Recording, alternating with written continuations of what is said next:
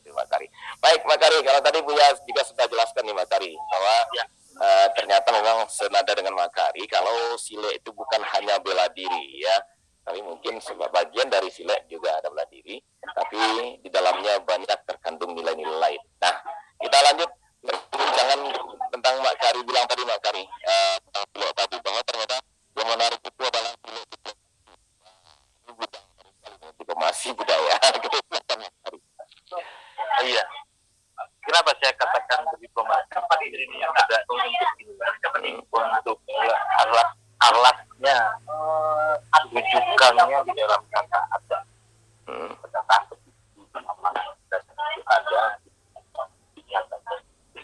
bahwa tujuan kita alangkah kapangkah kari ya pamanca di Matung Padang. Wow, baik. Sebentar Mbak Kari, Buya bisa melakukan.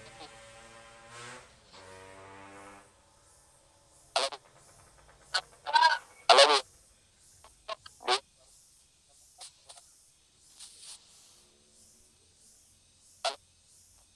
Zoom juga kita coba.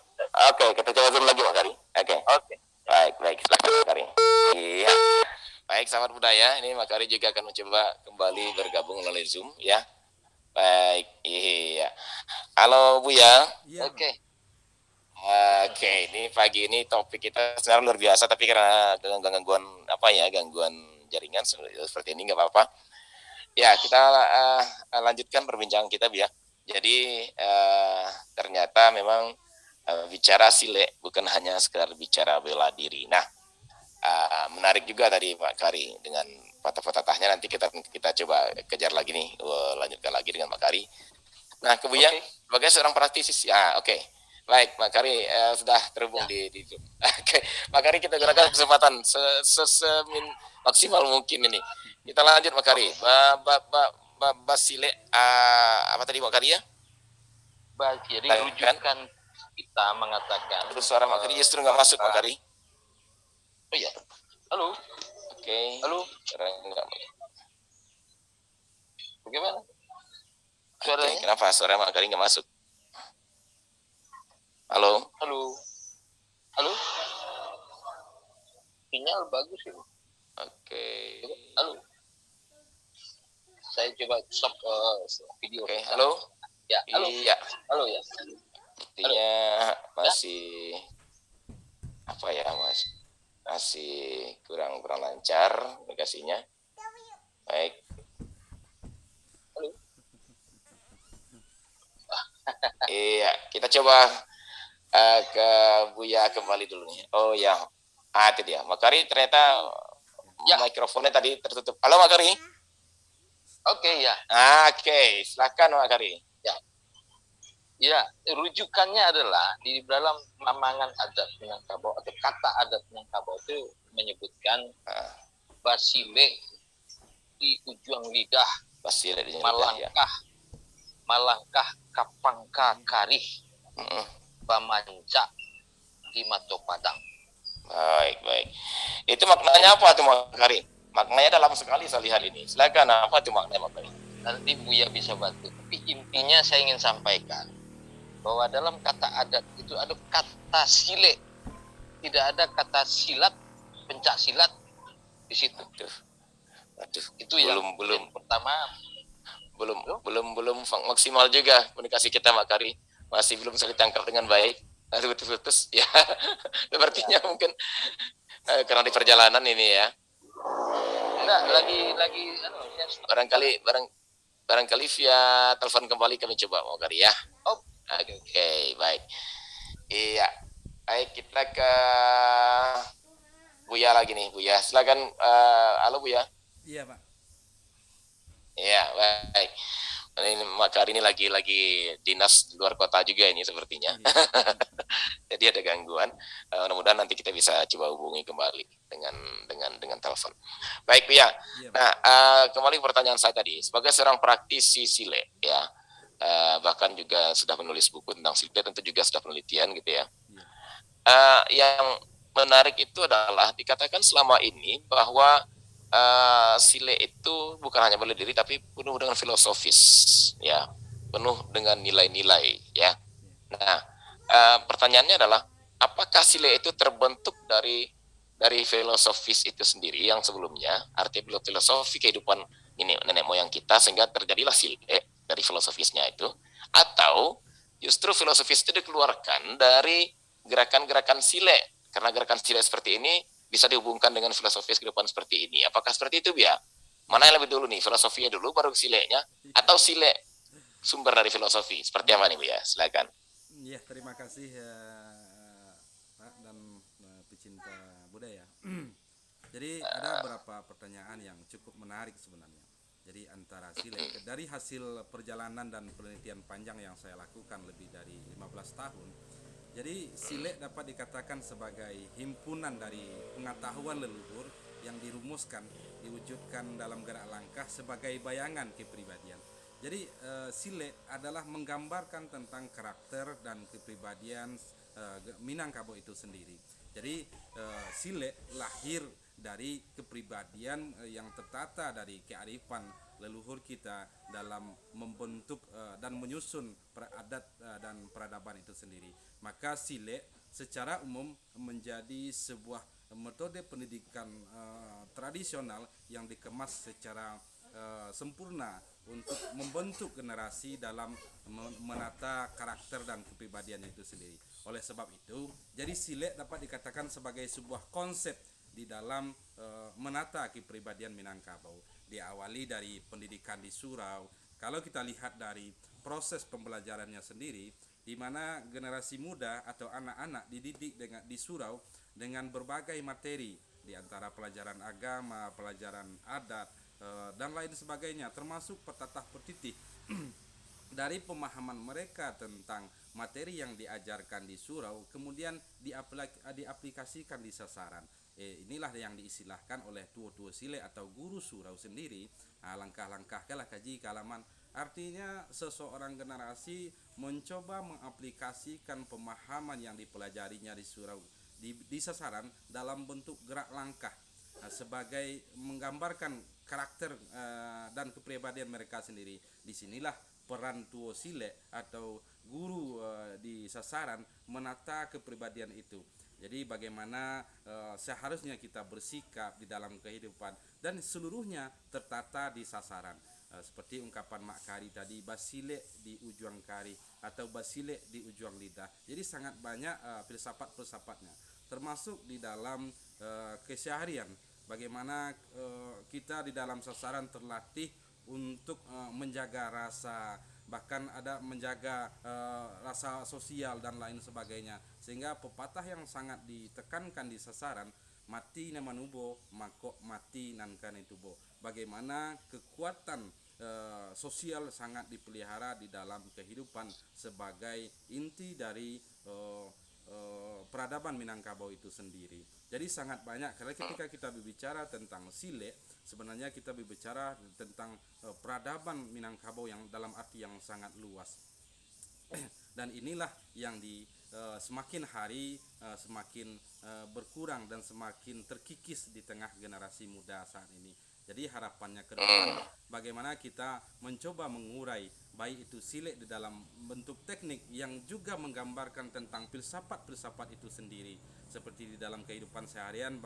Bagaimana ketika teknik kita dipatah untuk membuka kuncian dari patahan itu, maka ada filsafat yang melengkapi dari gerak atau gerak langkah tersebut. Agihkan antara gak diurang nak dapet antara gak diawak. Artinya di dalam teknik bela diri untuk membuka kuncian atau patahan, maka ikutilah gerakan kehendak atau situasi atau kondisi yang sedang dihadapi. Tapi di dalam kehidupan keseharian, filsafat ini sangat bermanfaat di dalam berbagai sisi. Seperti contoh seperti di dalam bidang ekonomi, bagaimana kita melihat kebutuhan pasar dan lain sebagainya, dan kita menyediakan itu, insya Allah kita bisa sukses di bidang usaha dan lain sebagainya. Dan itu gambaran dari silek secara umum. Baik, Mia, makin menarik saya lihat di sini adalah ketika gerak-gerak silek justru dikeluar atau istilahnya diambil dari filosofi atau dari pemahaman seorang anak sasian di surau itu Buya bilang tadi Buya ya. Nah, itu bagaimana itu merubah? Itu kan bukan pekerjaan mudah, Bu ya. Merubah sebuah pemahaman atau mentransformasi, merubah bentuk sebuah pemahaman menjadi sebuah gerak. Ini kan luar biasa nih kecerdasannya harus dipunyai, Bu ya. Artinya contoh nih, kalau saya boleh tahu nih, Bu ya, maaf. Umpamanya langkah, ada langkah sile itu langkah buka gitu ya. Itu filosofinya apa? Artinya dari filosofi mana diambil gitu, Bu ya. Iya. Contoh nih, atau contoh berikutnya mungkin bisa Buya mungkin bisa mencontohkan, atau ya lebih tadi kan Buya mencontohkan satu ini ya, Iya. melepas apa kuncian kalau nggak salah tadi Buya ya, melepas kuncian itu merupakan sebuah aplikasi dari agih diurang nak dapat dan kan dakwa gitu ya. Iya. Ya, nah ini kan udah tinggi. Nah, tapi yang lainnya yang lebih apa, kita mulai dari langkah maunya Bu ya. Itu dari aplikasi filosofi mana atau pemahaman mana yang dijadikan sile gitu ya. Silakan Bu ya. Jadi secara umum sile itu dilahirkan dari landasan pengetahuan leluhur kita sendiri, yaitu dari filsafat yang mengatakan di balun saleba kuku, di kambang saleba alam, alam takambang jadi guru, bumi jolangi keteladan. Ini adalah filsafat inti di dalam pengetahuan peradaban Minangkabau, di mana untuk membentuk karakter seseorang generasi, maka ia harus mampu menyimpulkan, memahami dan menemukan esensi dari pengetahuan itu sendiri. Dan berpedoman alam takambang menjadi guru, bagaimana caranya kita harus membalunnya sebesar kuku atau segadang kuku gitu kan. Sehingga artinya kita dapat menemukan esensi dari pengetahuan. Di dalam konteks sile, ketika generasi muda telah mulai memahami dari esensi dari sebuah pengetahuan atau materi yang mereka pelajari di surau, kemudian diaplikasikan di sasaran, artinya gerak ini akan mengalir dari titik keseimbangan. Jadi di dalam belajar langkah, generasi muda akan diarahkan untuk mencari titik keseimbangan di dalam setiap pergerakan. Maka sile lebih dominan dikenalkan dengan istilah baraja melangkah. Artinya bagaimana kita menemukan titik keseimbangan di dalam diri yang sesuai dengan situasi dan kondisi, sehingga lahirlah pergerakan atau gerak langkah yang mengalir sesuai dengan situasi dan kondisi yang sedang dihadapi itu sendiri.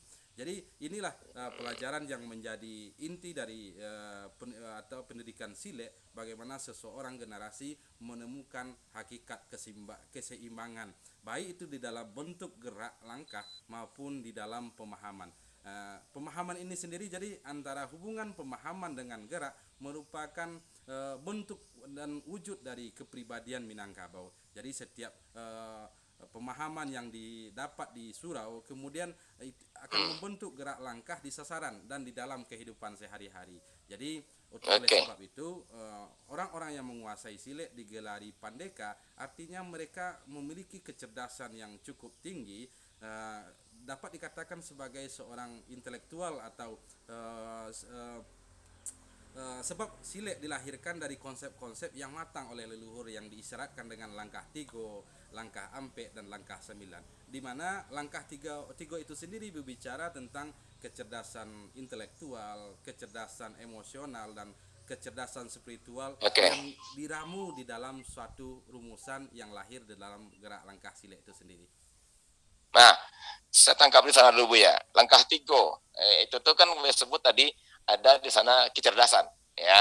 Langkah tigo itu wujud dari sebuah kecerdasan intelektual, kecerdasan emosional, kecerdasan spiritual ya. Gitu kan Bu ya. Nah, di mana itu kita melihatnya Bu ya?